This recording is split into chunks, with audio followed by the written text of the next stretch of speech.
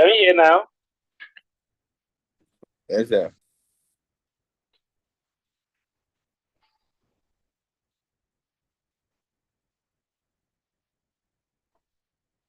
All right. So let me see. Hey, which one have I shared to?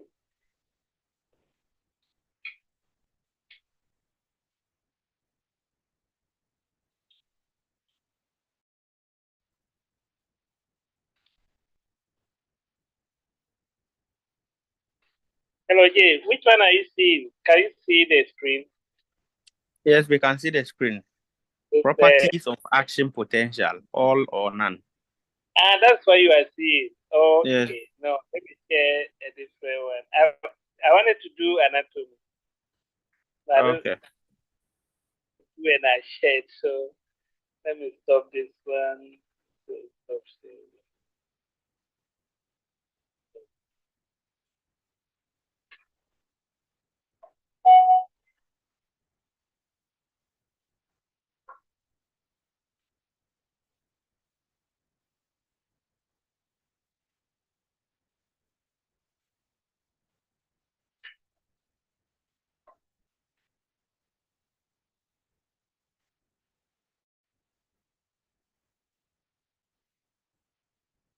Okay. So are you now seeing?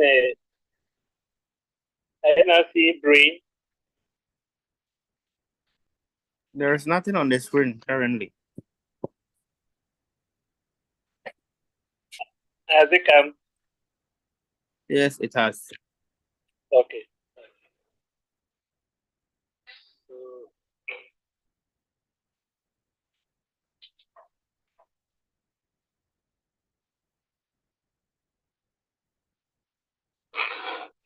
we're still about 150 now. Hey, 149. 149. We need more people join.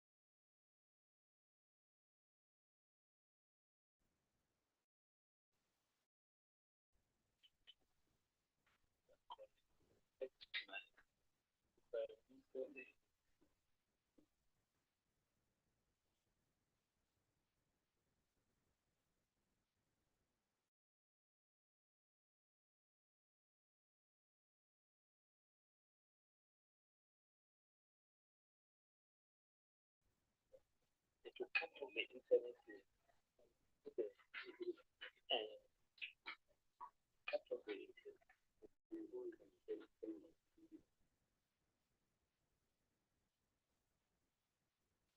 Okay, so I think we can go on now. Once you say something, this just we have seen the brain already. You've written as some small I on this. You can see the calculin sulcus, which is for the visual cortex. This is cingulate gyrus, and then Sir, please record for us. if you would like recording, what's that? I hear. Okay. All right. So this one too is showing us the base of the brain.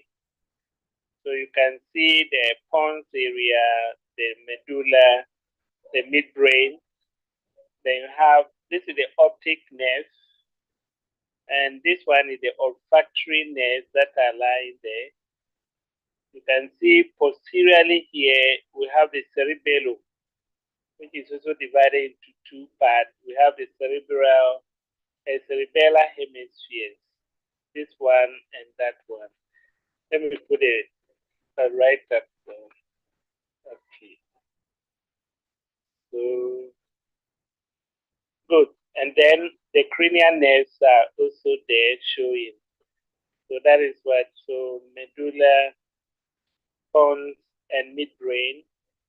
Can see the olfactory nerve, that is cranial nerve 1, and the optic nerve in the optic chiasma number 1, and then you see the optic tract, and the vestibulocochlear, that is cranial nerve 8, yeah. So this just showing that we'll learn more on the cranial nerves. And this one is showing at the medial surface of the brain with a different color. You can see the lateral ventricle. This is the third ventricle. And this is the cerebral aqueduct of Sylvius that connect the third ventricle to the fourth ventricle. And that is where cerebrospinal fluid is produced. Okay, last week we tried answering these questions. That okay, so some people are asking questions. Let me see. When are we going to have the chance to write? Okay, so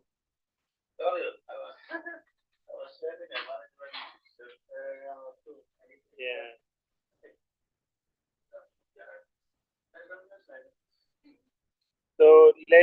So you answered this question last time. And then, are you teaching like that? Yes.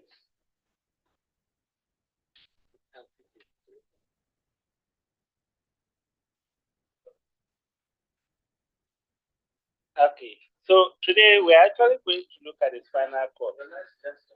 Okay. We're looking at the spinal cord. The spinal cord is just a continuation from the medulla oblongata.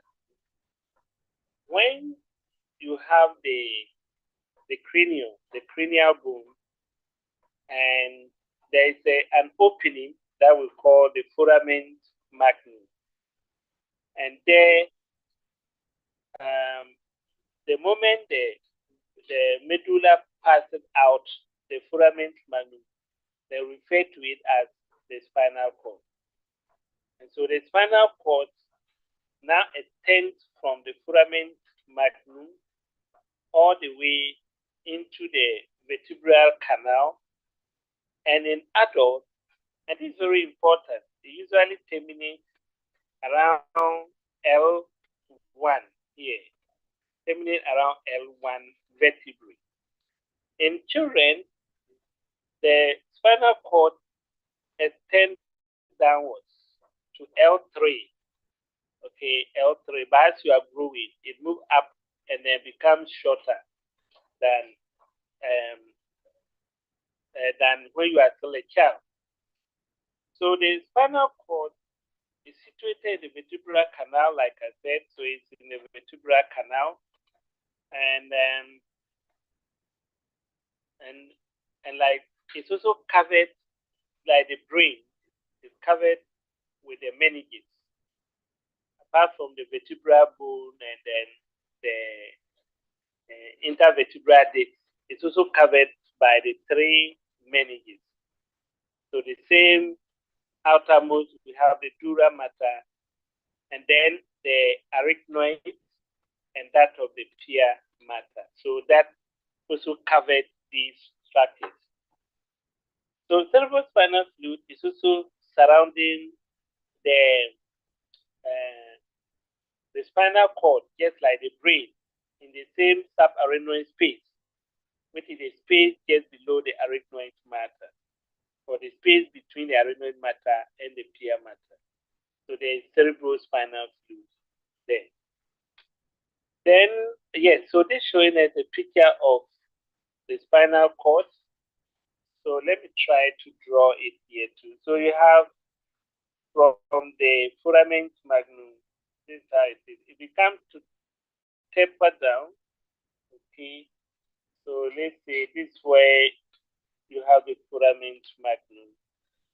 And then, so the from here, so let me put FM here, And then here, let's say that's an adult, L1. Okay, have L1 at that point. Then, so this is what we say the spinal cord.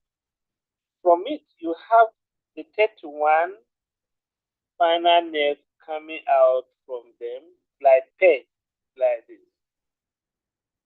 And like we said, it's covered by the meninges.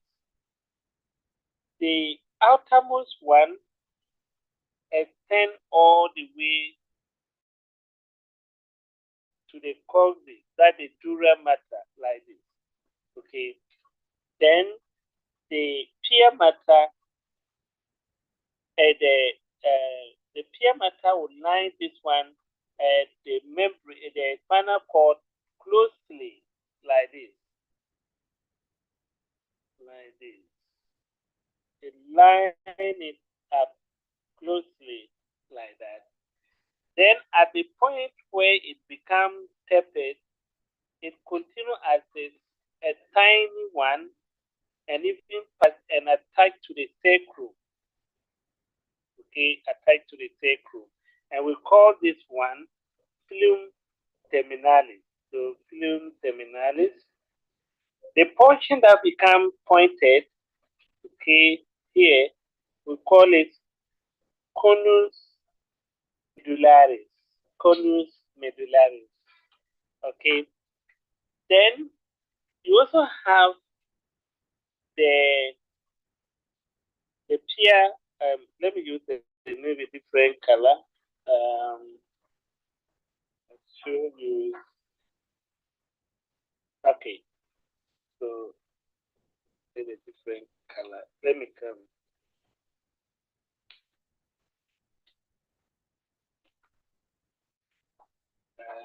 Pointer color. Let me use blue. Yep. So from here, the arachnoid comes this way, passes through here like this. Okay. Now you see that this space here. So let me indicate 2. This space here all is what we call the subarachnoid space. And that is where you have the cerebrospinal fluid located surrounding the spinal cord. Now, you realize that this place, the spinal nerve at the down here will continue to come out like this. And they make together, they make like the tail of a horse. And they will call that part the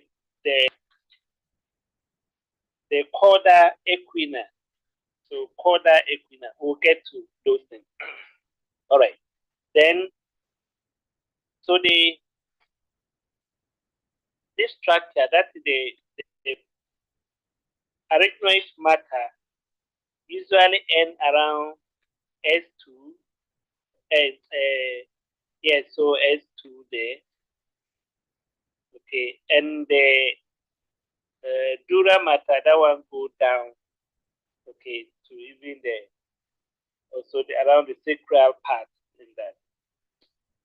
So the important thing here is, or clinically, is that the arachnoid space that lies below the spinal cord is very important when they are to take cerebrospinal fluid.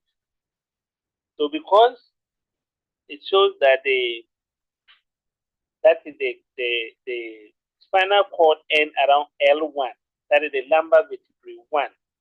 Therefore, a needle can enter through here to take cerebrospinal fluid for laboratory examination, or if they are to give anesthesia, then the needle enter through here, then they give spinal anesthesia. Okay, when they are to inject spinal anesthesia, that is what happened there. Okay, so very important for clinical practice in that. All right, so I think there's reading up here. Okay, some people have questions. What do they have? Okay, people say can't hear, and somebody say I can hear. So that means I nullified the I can't hear. That. Okay. Yes, somebody hand it up. Duku, you can unmute. Yeah. Please go over briefly. Just the places where they inject the anesthesia. Please, that area when I didn't get it. Okay. I'll get back there. Let me take soup too.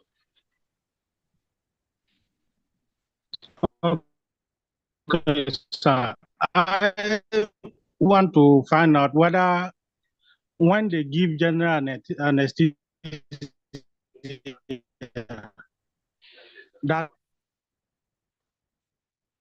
Sook, your line is breaking. You say when they give general anesthesia?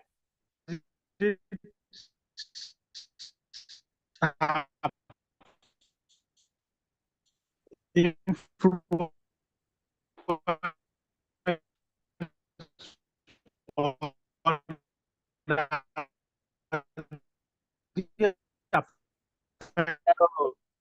Sook, Sedu, your line is really bad.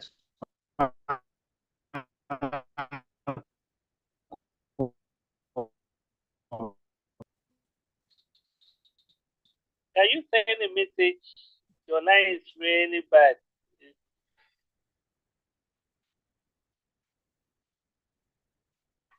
Okay, somebody say, I think you have to put your question here. Okay, yeah. So, can you type what you are saying? Okay, so somebody was saying I should explain more on the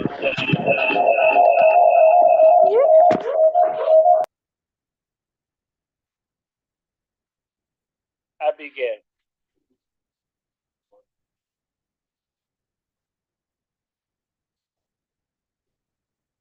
Okay, so let me see.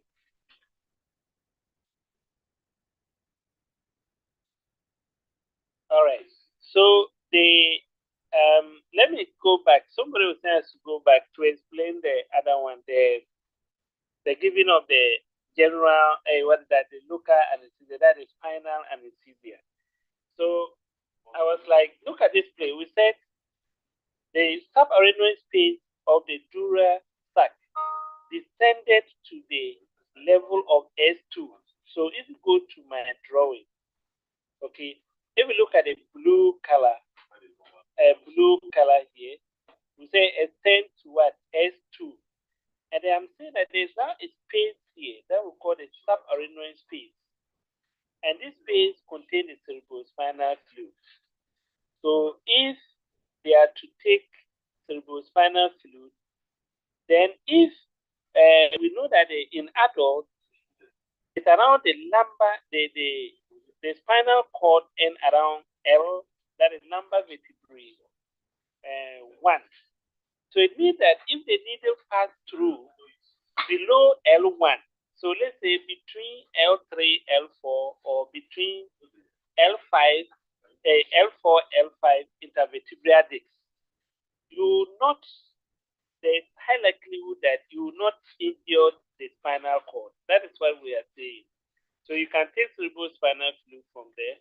So between L4, L5, okay, intervertebral disc. Or when they are to give spinal anesthesia, they still enter through L4, L5 intervertebral disc. So that you will not, because when the needle touches the spinal cord, we are going to cause paralysis to the part of the body below that level where the spinal cord is injured. Okay, so that is what happened there. And so when they inject the anesthesia in here into the subarachnoid space, then they will block. Remember physiology now. It's a local anesthetic agent. So they are going to block the sodium ion channels. So that when they are even cutting, like this is cesarean section, they are cutting your lower abdomen, you will not feel the pain because the sodium ion channels are blocked at that level. When the action potential is coming, it get there, it cannot progress. Okay, it cannot go further. And then you will not feel the pain. I don't know whether you are answered.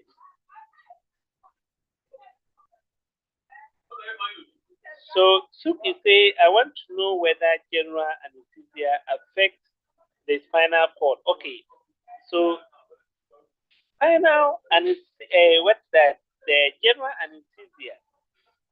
That one, you see, that's why it's good to learn physiology. We said last that there's a portion of the brain that's supposed to interpret the sensation. So general anesthesia is targeting the brain, the portion that's supposed to interpret sensation. So if they increase the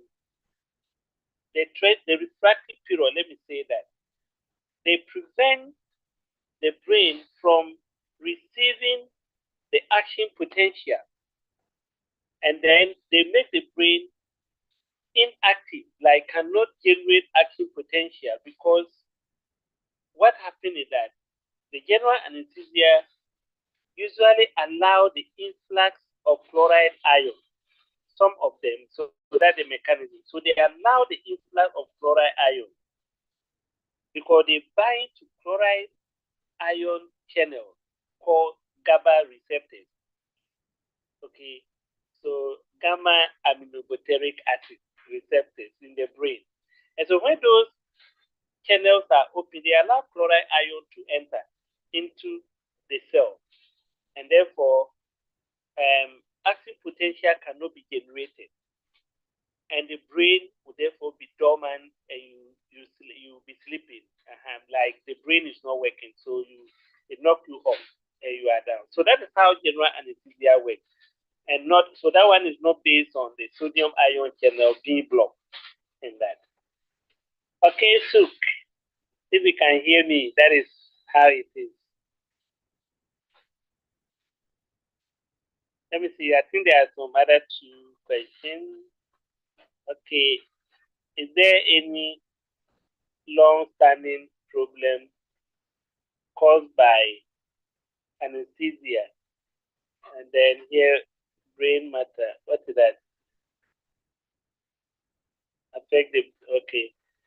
I don't understand the other one. But I think Abner is asking whether after anesthesia, there will still be some complication or some long-standing effect.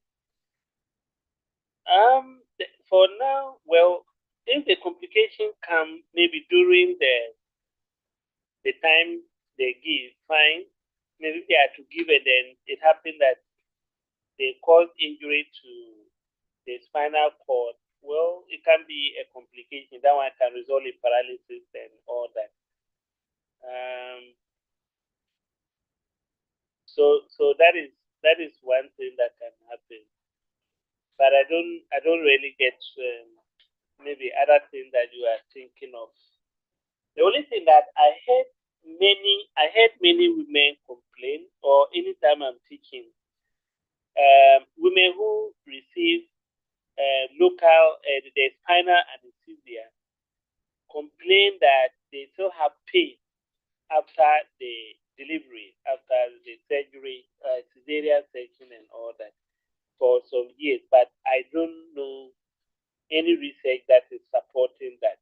But they are just general complaint that I actually heard of. So if that's what you are talking. Okay. So what happened when fluoride ion enter? No, I didn't say fluoride, I said chloride. Chlorine. So not fluoride. So who was asking that? Okay, I said chloride ion. Remember last we said chloride ion have the equilibrium potential for chloride ion is also negatively charged. So when they are entering, they are driving the membrane potential to a negative charge, okay, and therefore will not allow sodium to drive the membrane potential to the positive, which is the depolarization. So it prevents depolarization, okay, and maintain it at a resting. Yes, somebody will put it there. Chloride is to a minus 70. And therefore, when chloride entry, they are driving the membrane potential to minus 70, which is the resting membrane potential of a neuron. So that means your neuron will continue to rest and will not conduct action potential. Okay. So if you are able to understand that. Okay. Yes, so somebody talking about the waist pain. Yeah, there's waist pain. I don't know, maybe it's a research thing that we should look at why that happens. Okay. So Jay, I think your question now, what happened when chloride enters? So that is your question has been answered. All right. So let's continue to see our so we've mentioned all this, that at the lower part we have the conum medullaris, then the finale that I talked of. I said filum terminalis descend to its attachment at the causes. Okay. So the subarachnoid space of the dural sac descended to the level of S2 vertebrae. Okay. So the cord processes or possesses in its anterior midline a deep longitudinal fissure. So we have our anterior, median fissure, and all that. Okay, so those ones. So what I want you to know is that we have 31 spinal nerves, and these are made up of 8 cervical, so 8 cervical. Then we have 12 thoracic, so 12 at the thorax part like this. Then lumbar have 5 cervical spinal nerves. The sacral also have 5, and then the coxae have 1. So if you add all 8 to 12 to 5 to 5 to 1, you are going to get the 31. So that 31 spinal pairs of spinal nerves. And each of these nerves supply to a particular part of the body. So those are the cervical region, supply to the head and neck and the upper limb. Who say the upper limb? Your hand, your arm, your forearm, your shoulder. Those are the cervical region. Then those are the thorax. At least one of them joins the cervical part so that they supply to the upper limb. And so the thorax will supply to the trunk, that the chest and the abdomen and the back. Okay. Then the lumbar sacral, they supply to the lower limb. The lower limb. Okay. So each part, now these spinal nerves are mixed nerves. So when we say mixed nerves, it means that they contain both sensory and motor. So you have one nerve, it contains both motor and sensory. And I believe you know what motor is. Motor is for movement. And then sensory is for the one that carries the sensation. That is the afferent neuron. Okay. So is there another question? It says, if injection enter the cerebrospinal fluid, why doesn't it affect the brain? Okay, so very good question. You see that during surgery, when they give you spinal, they don't want the patient head to be lower than the than the trunk. So they are trying to, because if you move above the trunk, and it's going to cause, the block other vital. If you get to the brain, they block other vital centers and all that. So that is why. So they maintain the patient head above the lower part of the body, so that the local anesthesia will not go up to that part. Yes, Rose. Rose, you can talk.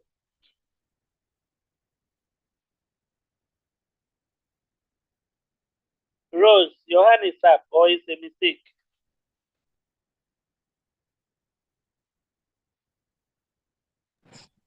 Sir, please, a mistake, please. You always have a mistake. But another Rose, is it the same? This is road Akonoba, or it's also a mistake? Why all the roses making mistakes? Then you can lower your hand, okay? Okay, so that is what we are having. Okay, so let's continue. Yeah, so this is the just showing at the back part and the nerves that are there. Along the entire length of the cord are attached to one pair of spinal nerve. I've already talked about that. And each root is attached to the cord by a series of what we call rootlets. Okay, I'll draw it and we'll see. And each of the posterior roots possesses a posterior or dorsal root ganglion, which gives rise to peripheral nerves, fibers. Okay. Gloria, Sir, please, we're on the lumbar. I think you've jumped. We're showing the locations. You are on the. We were on the lumbar. We're showing the locations, the body parts where you can find them. You were on the number. I mean you. Mm-hmm. That's when the question came in. Sir, please, you don't get me. Yeah, I'm not trying. I said you were on the lumbar.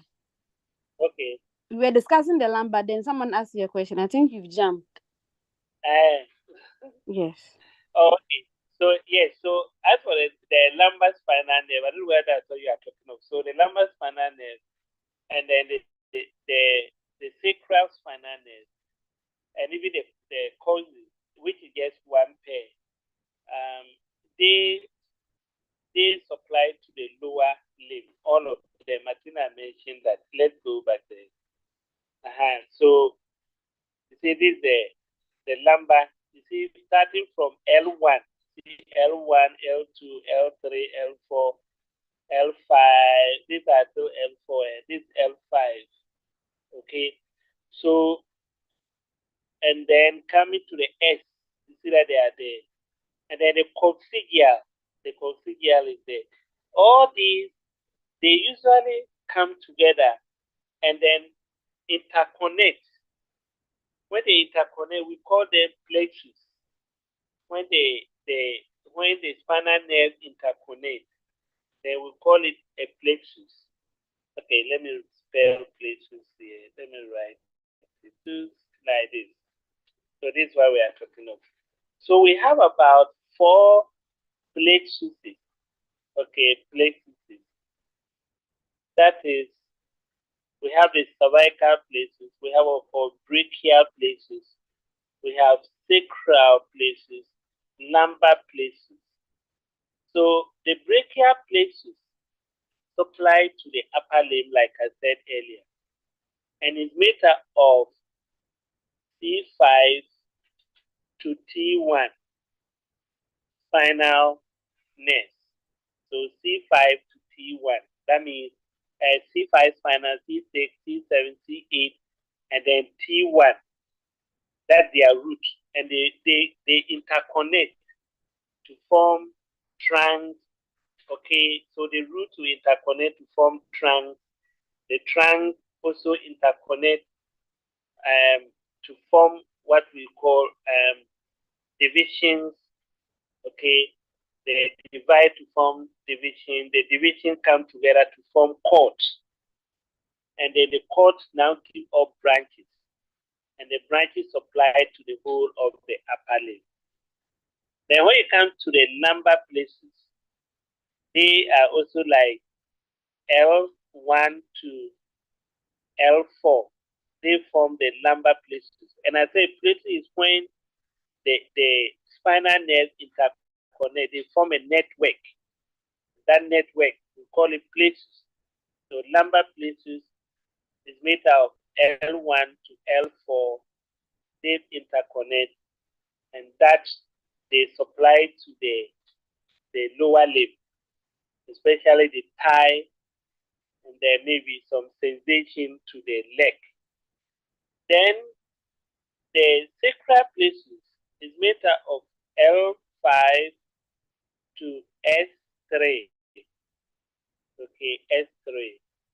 So, and there may be contribution from L4. So this is called sacral plexus.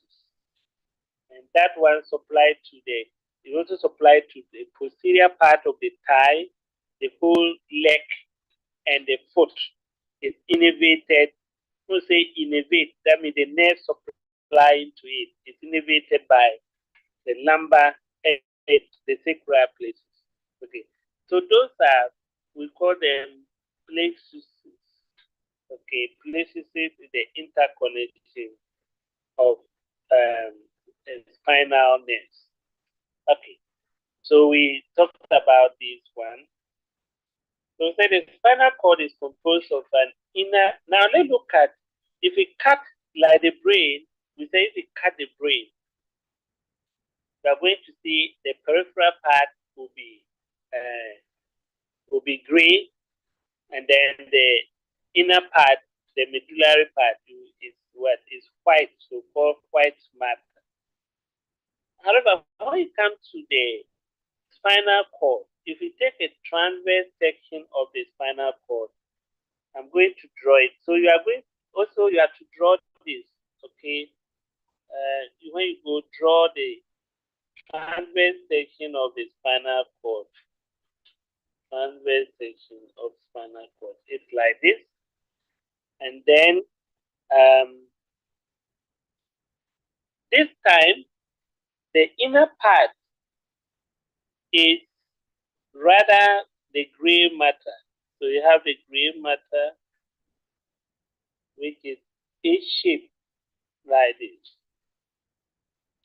Then there is a central canal, okay, in the inner part. So there's a central canal like this.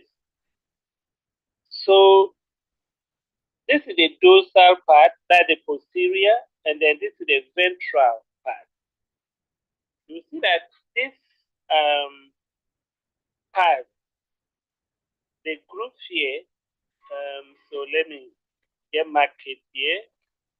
The groove, so this groove here is called the ventral or the anterior longitudinal or median longitudinal fissure. Okay, anterior median longitudinal fissure. Then the posterior one, we call it dorsal median longitudinal sulcus. Sulcus in that. So the A-shaped structure you are seeing is the gray matter. So let me name it there. So that is gray matter. I'm writing it here, so gray matter. Then surrounding is a white matter. Okay, so this is white matter. Like that. Then we have the central canal in the middle. The gray matter have horns. It's divided into horns. That this one is called dorsal horn. So dorsal horn. It's the same thing here. So you know this you have the right side and then we have the left side. So that the left dorsal horn, and then this one is the right dorsal horn. Then this one is the ventral horn, this side. So let me say ventral horn, and it's the same thing here, ventral horn. Then they are connected by the gray commissar. So the right side connect to that. We call it the gray commissar. Now let's see what are the structures found in the dorsal horn.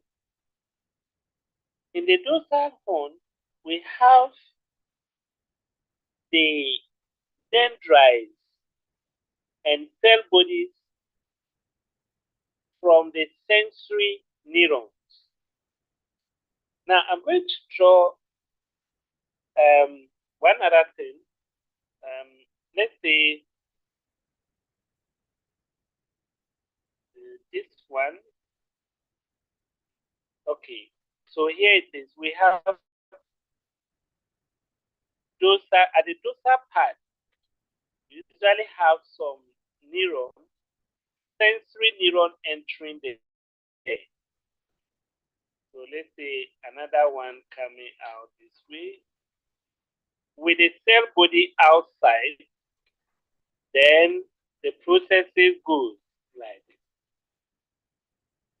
So we have cell processes found within that, the sensory neurons are found there. So the same thing to the left side. So you can have the left side also having the same. Okay. Sorry. Okay. Yeah. So you can have this side having the same here. Now, when you come to the ventral horn, you have the motor neurons that are exiting from there. So this is the motor neuron. They have their cell bodies located here in the ventral horn. And then their cell processes come this way. Cynthia hand is up. Let me let you talk. Yes, Cynthia. I'm listening. Hello, sir. Yes. Hello, sir. Please, the pen you are using, the blue one, some of us, we can't see it very well. So we'll be glad if you use the red one. The red there, no problem. Yes, let me change to red. Yeah, so that you explain that portion for us, please. Because they will come in the exam. I'll bring the labeling again. Let's see how it is. So I'll use red. Sorry for different colors. Let me see if I get.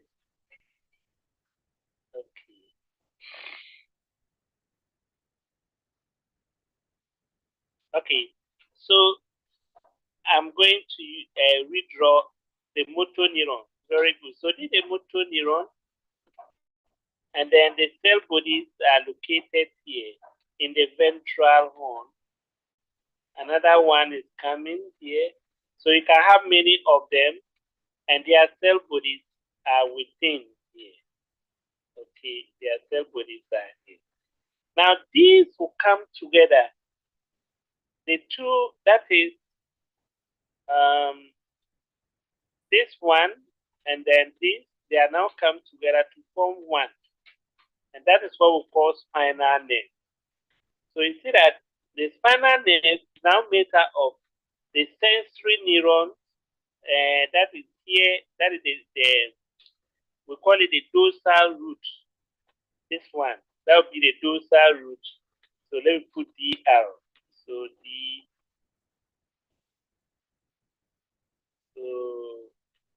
here, and the R, my D is not correct.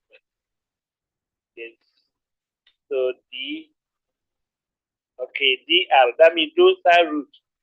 Then at this side, the ventral part, we also have what we call ventral root. ventral root. So the ventral root with the dorsal root come together and they form this one we call spinal cord. Okay, so it means that the spinal cord is made up of sensory neurons and what? The motor neurons. So impulses will now travel from here, if they are sensory, and go here and enter into the spinal cord. Now you see that the dorsal root usually have their cell body outside the spinal cord, and therefore we call it dorsal root ganglion. Dorsal root ganglion, because their cell group of cell bodies in the peripheral nervous system is called ganglion. And so that group of cell bodies in the dorsal root, so we call it dorsal root ganglion. And these will be surrounded by the cells that we call the satellite cells that we talked about last week. Okay, so you now have the spinal nerve. So another one will come at the left side, the same spinal nerve. So these are, you have the dorsal root. So another one will come out here with the dorsal root. Then they all continue down like that. Then the motor fiber will also come this way.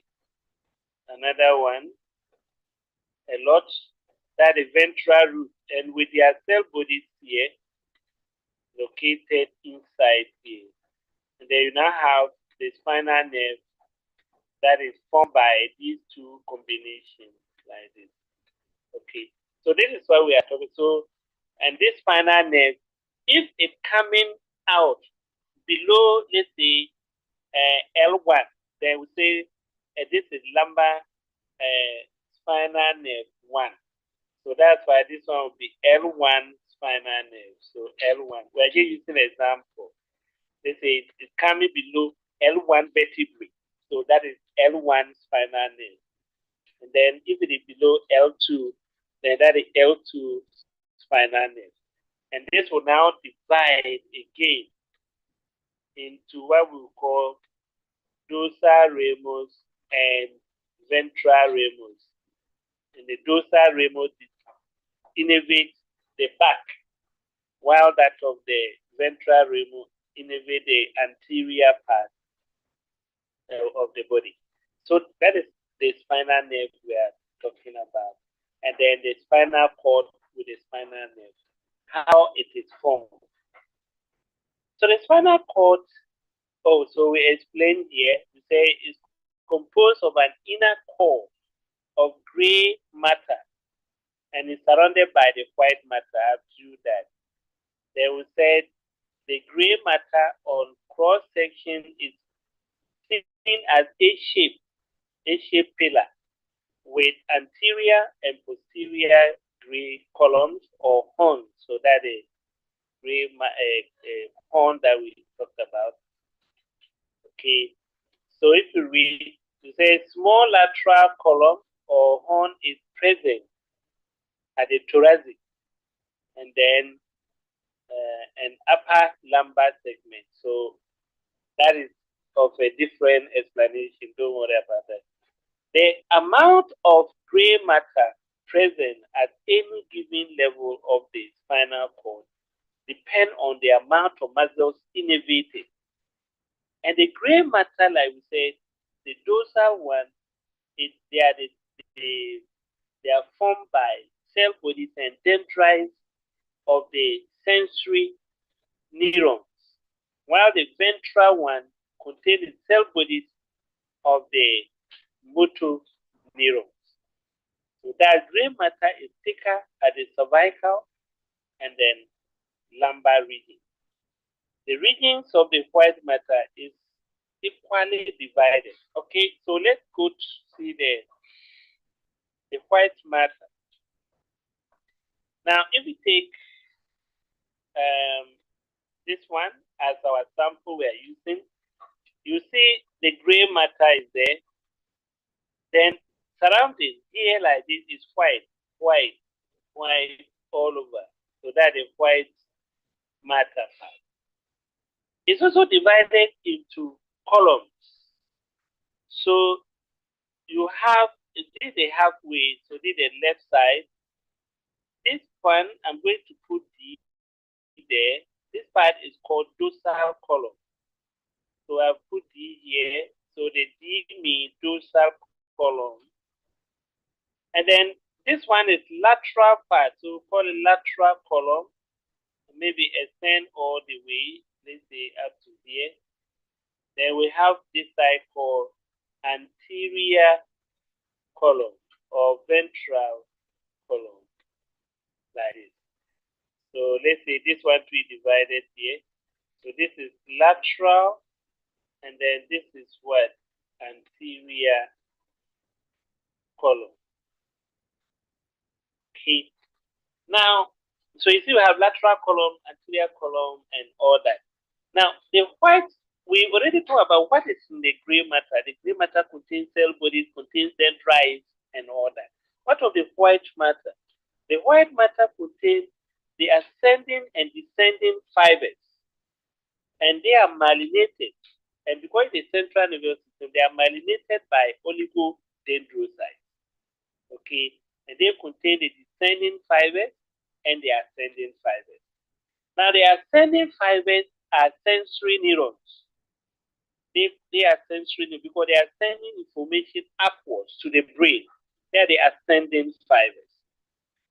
Then we have descending fibers, and those are the motor neurons because they are sending impulses from the brain down to the spinal cord and beyond. So they are descending fibers. And so their axons are myelinated by oligodendrocytes. Now, just very important ascending fibers. I'm going to mention two ascending fibers. Very, very important. At the dorsal column, where I put a D, there are some fibers there, okay, that send 2 points like fine touch. Fine touch. Fine touch. If somebody touch you, that is where the information will pass to the fiber there will carry the information to the brain. Okay, fine touch. So we call it dorsal column. So when we finish, Google this one, DCLM. Okay, dorsal column. No, it should be ML. Okay, dorsal column medial lemniscus. I don't know. Let me spell lemniscus before.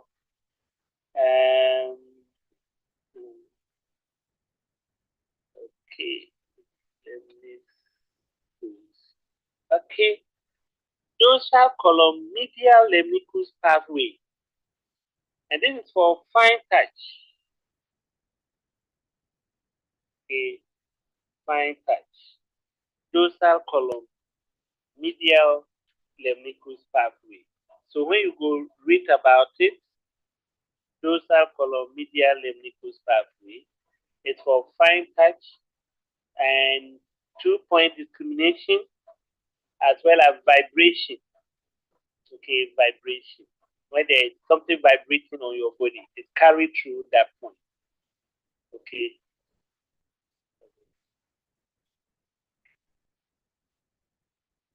And so then another important one, ascending fiber that we have that you should look at for, because that one is very important, that is part of your management system. We have for the pain temperature pathway. Pain temperature pathway.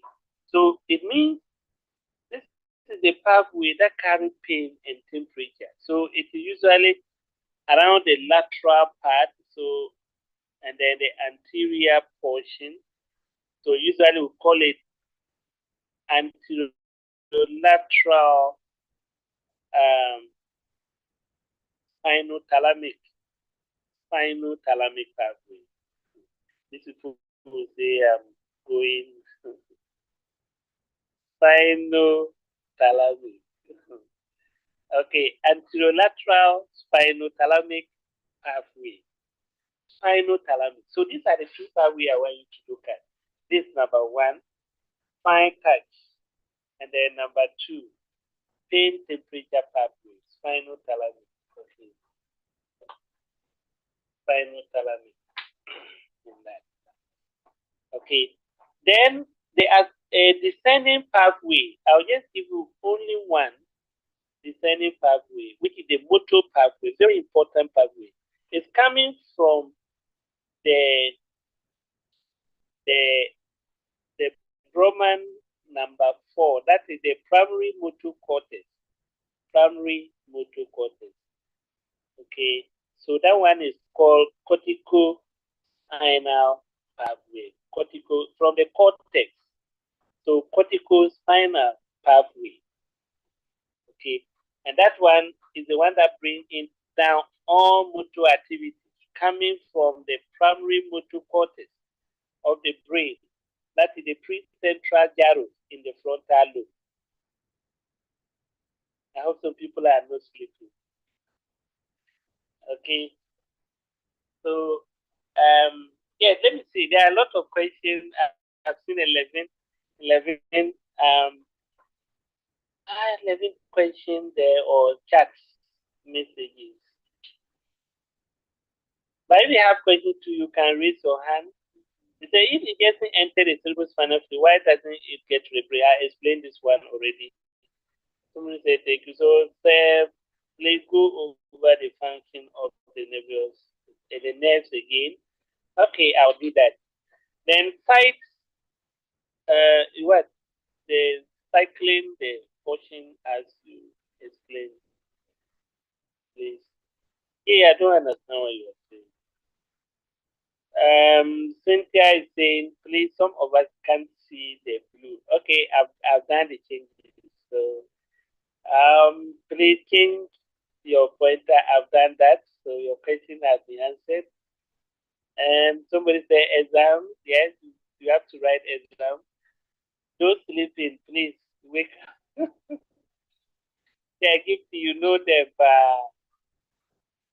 and then please go over it. And then explain the spinal nerves again. Okay, I will do that. But somebody hand is up. Kanjiri. You can unmute.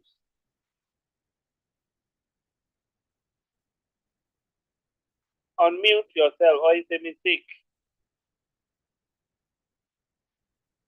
Okay, maybe the person is sleeping. All right, so I will just go over what we did. Okay. Then Kanjiri is not talking. I'll just go over. So what we're saying that we're looking at the transverse section of the neuron, the spinal cord. When you cut the spinal cord, the inner part, they usually look gray. It's gray because that they contain cell bodies and dendrites, which are not myelinated, because the cell body dendrites are usually not myelinated. The other one, they're surrounded by them is the white matter that contain ascending and descending axons. And therefore, because they are axons, they are myelinated by oligodendrocytes. And they look white. Okay.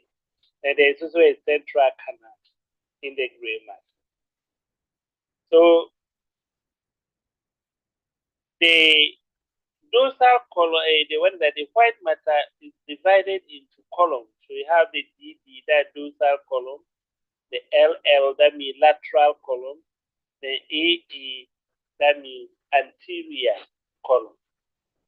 They will say there are a lot of ascending and descending fibers, but we wanted to get two of the ascending fibers. And one of them is for fine touch. So if you touch person, in the hospital when they are doing physical examination, they can use the feather of fowl to tie, or cotton to tie the person. That is fine tie, small tie, and they are testing the posterior or dorsal column. Okay, so that pathway is called dorsal column medial lemnicus pathway. Okay. Then we also have another important ascending pathway, that is the pain temperature pathway, which we refer to it as the spinal thalamic. That means from the spinal cord to the thalamus. And remember, the thalamus receives all sensations, so that's why this one is spinal thalamic. Okay, pathway. So when you get to the spinal, the thalamus, then the sensation, the pain and temperature is now relayed to the appropriate cortex. That is what we are talking about. So it relates to the appropriate cortex. Okay. Then we mention one important descending pathway, that is the motor pathway. And usually located at the anterior portion and then the lateral portion, columns. And so it is referred to as the anterolateral spinal.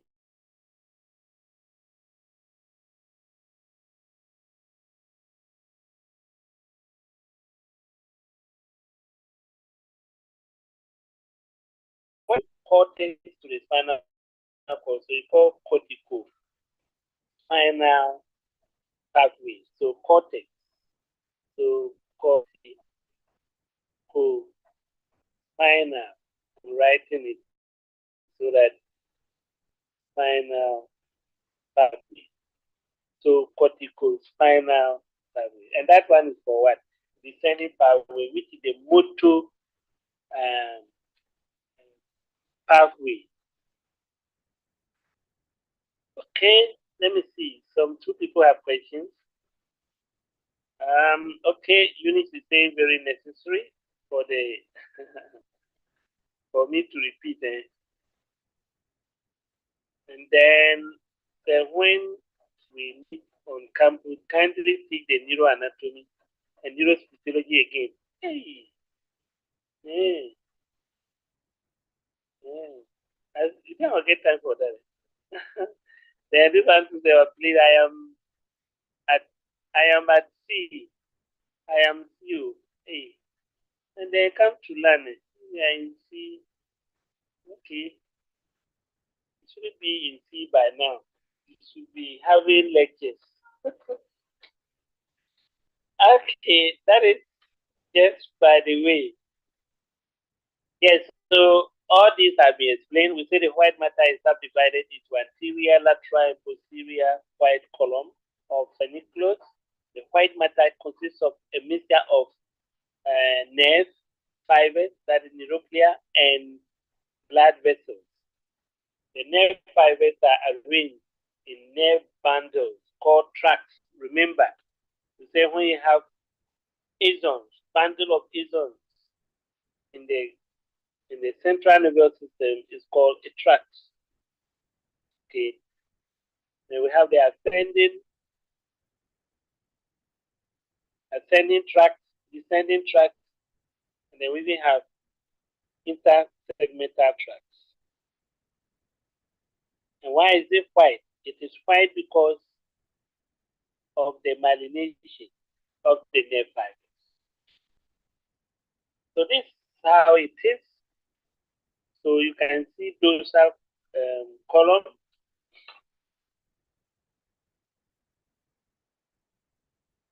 So the dorsal column.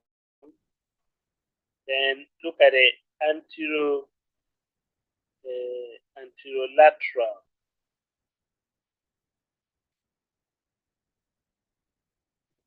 Then the descending pathway, the one we mentioned is this one.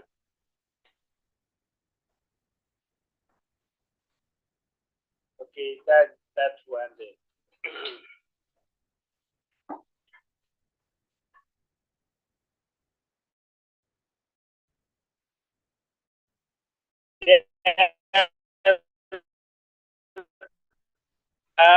um, yes, so this is what I mentioned to locate the posterior white column that is there for the tactile discrimination. See the one we talked of? Anterolateral corticospinal tract or pathway. That is the pathway for voluntary muscular activity. Okay, so that is about the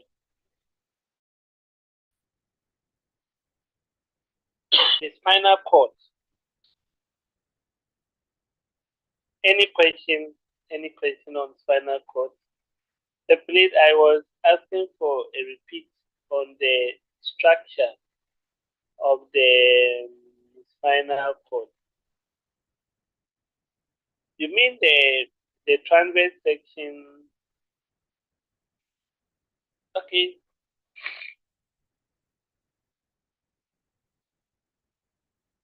Okay, the spinal cord. So I don't know, is it a transverse section or the or the okay? So let's see. Let me before I don't want to finish there.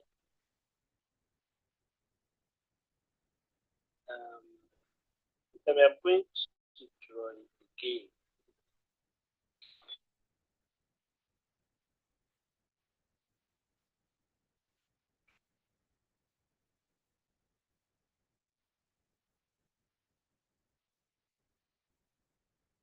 Okay, good. So let's go again. So we're saying that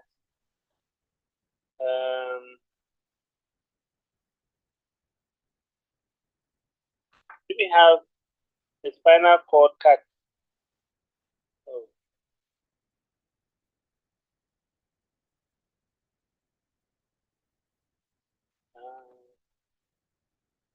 Coming in.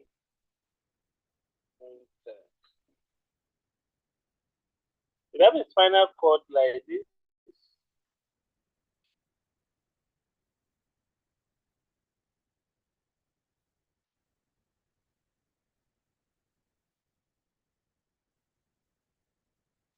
Okay.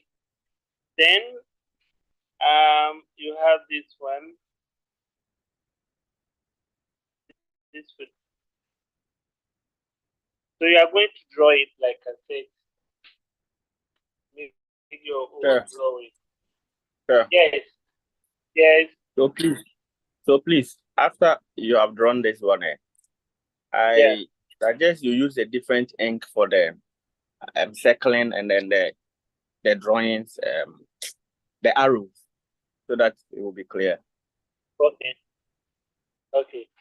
So this side is now have the dorsal part, this side is dorsal, and then there we have the ventral portion. Now from here the dorsal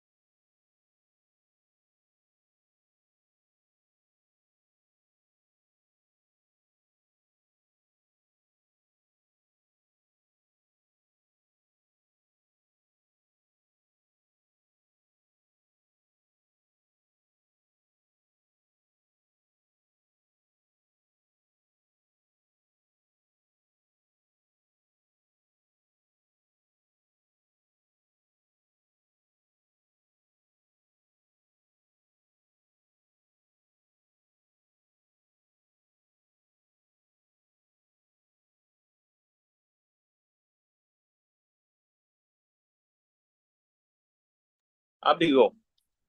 Yeah, so he's back. So kindly make him the host.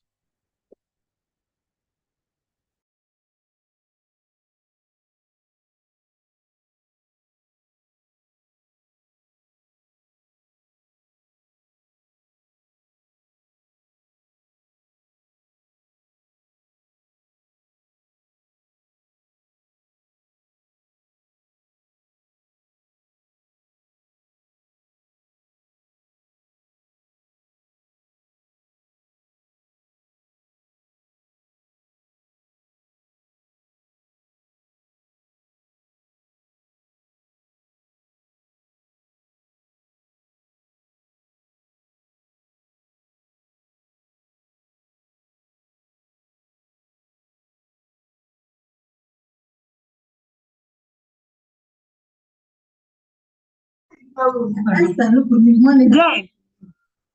please, I can't. What's his name?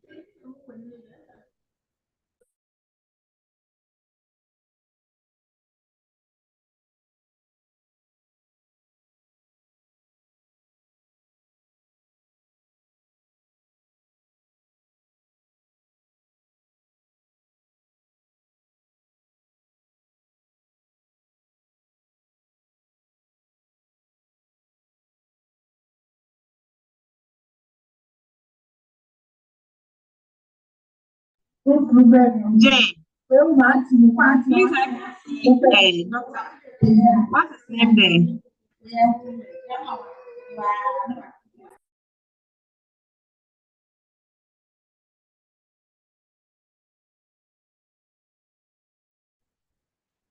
Okay. Can you hear me now? I think so.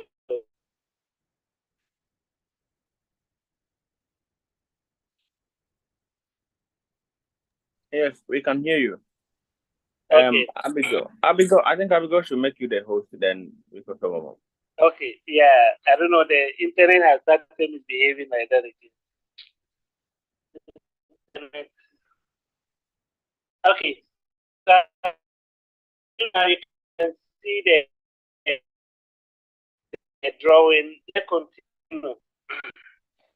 So we're saying that when you fire, when you go Hello, inside doctor, that please, you are now the host. cell, you just put your finger in fire and see.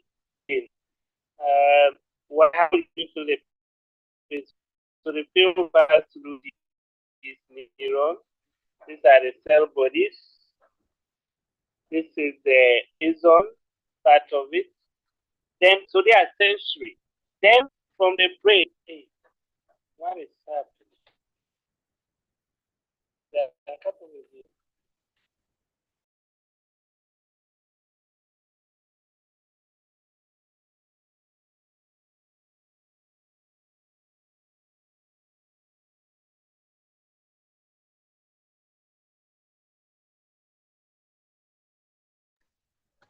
Jay, he's gone again.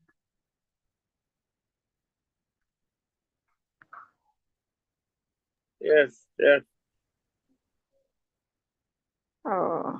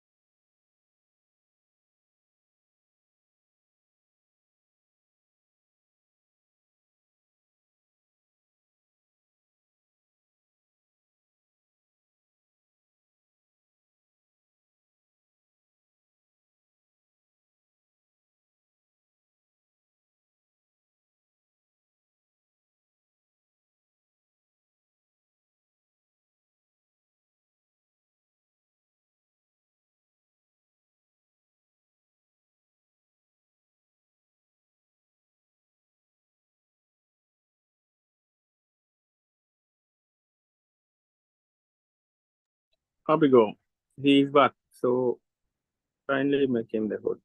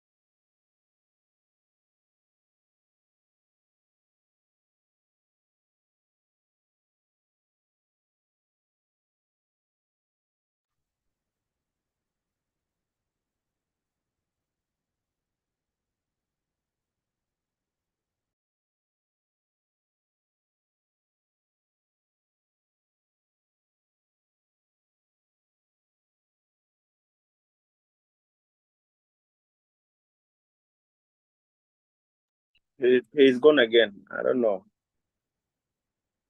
Yeah, I said for him and I made him the host, and he's gone again. He's gone again. Oh, What is the time? almost 2, a minute to 2. I mean, I don't know, but if it will continue like this, then maybe.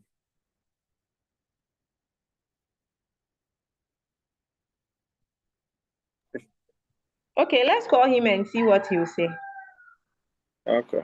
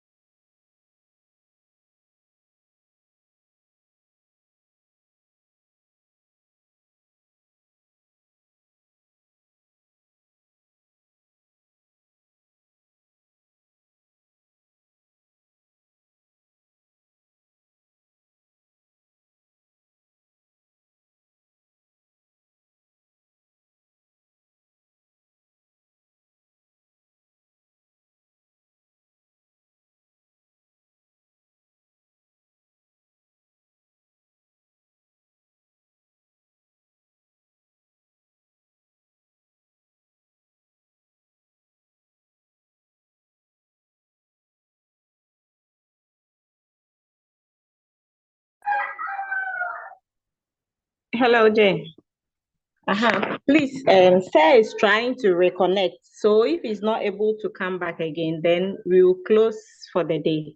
And he said maybe we should reschedule another time. So he's trying to come back. So if he's not able to work, maybe in the next 10 minutes, if he's not able to work, then we call it a day. That's fine, but the another time is the problem. Is the problem, yeah. So, but you let's see. If it comes fine. If it doesn't, then probably we will call it an online. Okay. Okay. So make me co-host, okay? Okay. All right. Jay. Hi. Jay. Yeah. Charlie. The IA tomorrow for discussion. Abi, that one for do one in private. Abi, I tell you people say that, and then Abigail say day class. Okay. So you maybe after the class then we discuss. Take off. All right, that's fine. That's fine. Yeah.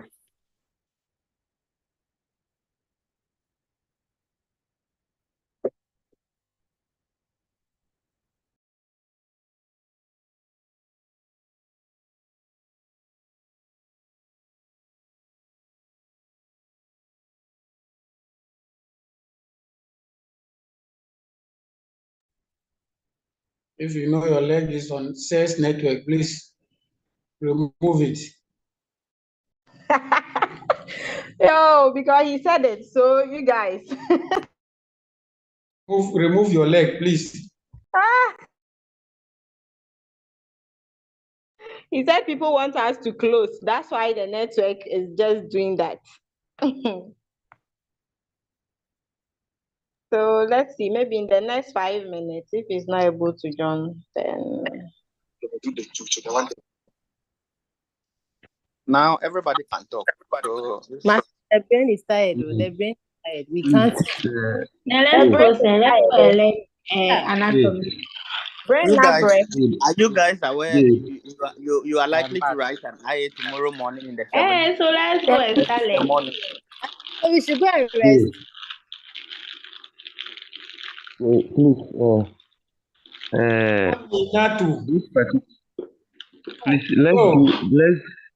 Please, please try as much as possible when we get on campus.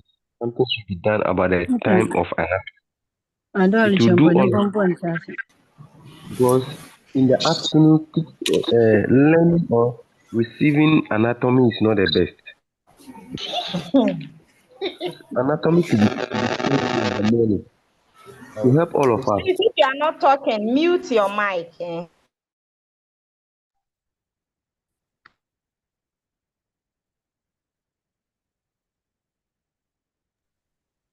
Jay, please, somebody was on the floor. Yes, Newman, you can talk. So I'm saying that as we should try as much as possible to do something about teaching anatomy in the afternoon when we get on campus. You see how hot the home is, and it's not the best. Well, seriously, if it will do all of us good. Okay. Because if we are saying this is what we want at this time, and the schools cannot listen to our plight, then it means that they are not ready to help us. We say this is when we want the children. We'll talk about it, okay? We'll talk about it. And then this particular one. Please, he's saying that he's not able to connect to. So that's fine. Then we call it an online. We call it an online for him because we might not get another time for him. Well. That's right. So let's meet. Abigail Mook. Let's meet. See the way forward. Okay. Bye.